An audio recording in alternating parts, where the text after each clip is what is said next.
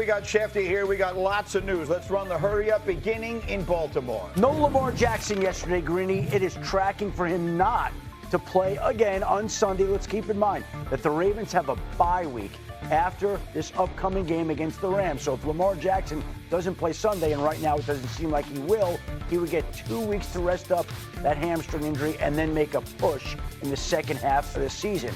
Big questions in Arizona surrounding their quarterback, Kyler Murray, who's dealing with a foot injury, didn't practice yesterday. They're saying he's day-to-day. He came back in and finished the game against Tennessee, so that usually is a sign that a player is able to play the next week. But if he can't, Jacoby Brissett would come on and start against his former Colts team in Indianapolis this weekend. And as for Brock Purdy, the 49ers quarterback, he also did not practice yesterday due to that turf toe. We could get another helping of Mac Jones, who's been tremendous for the 49ers so far. Last seen beating the Los Angeles Rams last Thursday night in L.A.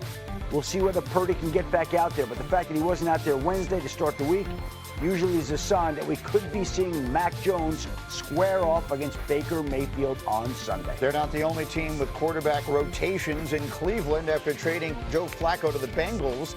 Kevin Stefanski said yesterday he's not decided who will be the backup to Dillon Gabriel Sunday against the Steelers. Remember, Bailey Zappi is on the practice squad. He'll compete with Shedeur Sanders for the QB2 position. Here's what Stefanski said about trading away Flacco. The Joe trade took us by surprise. That was not something that we saw coming. You know, they called us, and it happened very fast and happened not too long ago. So still working through all roster type of things. Young players, I'm always thinking about last week making the change to Dillon. You have to think long and hard about that because these are young players that you're so invested in their development. So I'll let the week play out and make a decision later on that.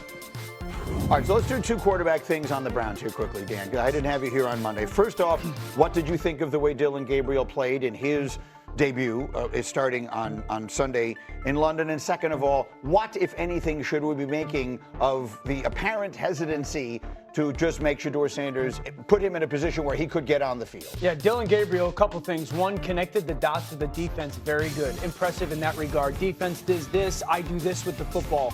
I thought he saw it very clearly, and with ball placement and accuracy is his superpower, but he sees it so fast and processes it so fast. And I think the big takeaway was how aggressive he was with the football. This wasn't dink and dunk. So overall, very impressed by Dillon Gabriel's first performance. The Shedeur stuff is this. One, let's give Kevin Stefanski the opportunity to make a determination and publicly share with it. Two, if it's not Shedeur, I do think it's disappointing. I do think it's a question of why not? What is, we've gone through this. Okay, Gabriel, if it's not Shedeur, because we know it's very much so pointing to the future in Cleveland, what's going on that Shedeur hasn't done enough or shown enough or displayed himself enough to be the backup quarterback in a season where we all know it's only about, are any of those guys good? Here's my question. You're a quarterback, and you've been a backup quarterback. Mostly. Yeah. Go ahead. Tell him again, Jeff. Hey, let him know, Jeff. This network.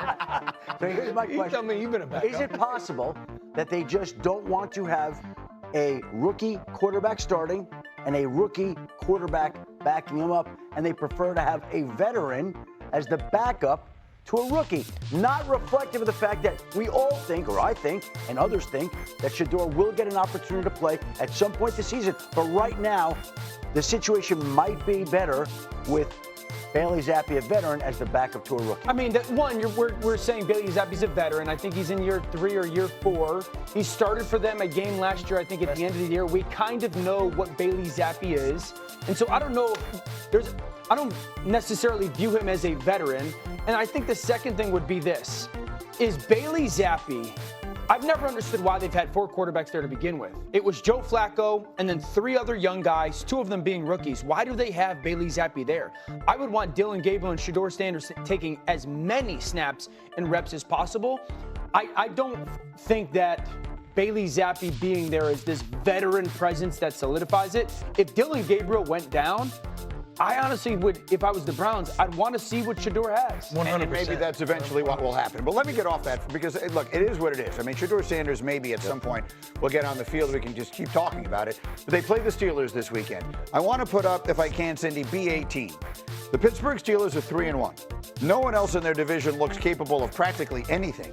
But did you know that the 1-4 Ravens are still even money at ESPN Bet to win the AFC North? Our analytics give the Steelers a 62% chance of winning that division, but Vegas is telling us the Ravens are still the favorites. That means they don't buy the Steelers, sitting at 3-1 off a bye and a London game before that, so a lot of people haven't really seen them. They don't buy the Steelers at all, do you? Look, this is the Steelers' division to lose. They're 3-1. The only time, in my opinion, that they've looked 3-1 is across the pond. They had a run game. They got DK Metcalf going. Defense finally got a little salty, getting Carson Wentz down 6 times. This is the Steelers' division to lose. You look at the Ravens; they're staring 1-5 in the face with the Rams coming down. You look at the Browns and Bengals; it's like 2 hospitals just essentially transferring grandpa to a different one. This is the Steelers' division to lose. Yeah, when it comes to the analytics, they need to keep up with the Bustin' with the Boys analytics. We picked the Steelers to win the AFC North at the beginning of the year. Yeah. And the game plan is right in front of you. You saw when they were in London. It's rush the ball for over 75 yards. It's make sure play action is effective and let your $179 million defense be what they're worth. And they have that ability. They have less injuries than the Ravens. Obviously, they were put together as a better football team in week 1, but because of the injuries, this has Steelers written all over it. Look, if this weekend plays out the way that the odds makers would think, the Steelers are going to beat the Browns in Cleveland. The Ravens are going to lose at home to the Los Angeles Rams, who are going to be salty coming off a home loss.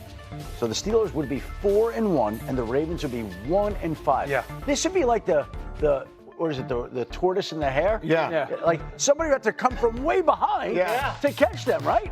Yeah, I mean, this is the easiest division in football to win. It would be a massive disappointment if Pittsburgh right now does not win this division. All right, we'll see if they're able to do it. Speaking of winning divisions, we got baseball. We showed you the Bengals wasting no time getting Joe Flacco on the field. The 40-year-old QB is set to start against Green Bay on Sunday. Head coach Zach Taylor told the media he's going to take all the reps and get ready to go. This will be the second time in 4 weeks that Flacco starts a game against the Packers. He beat them in week 3 under center for the Browns.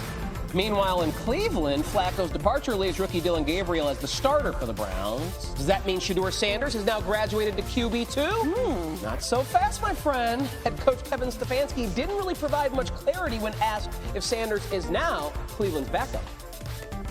With young players, I'm always thinking about last week making the change to Dillon. You have to think long and hard about that because these are young players that you're so invested in their development. So I'll let the week play out and make a decision later on that. I trust in all of our players. I trust in their ability and those type of things. I just always want to set our guys up for success, bottom line.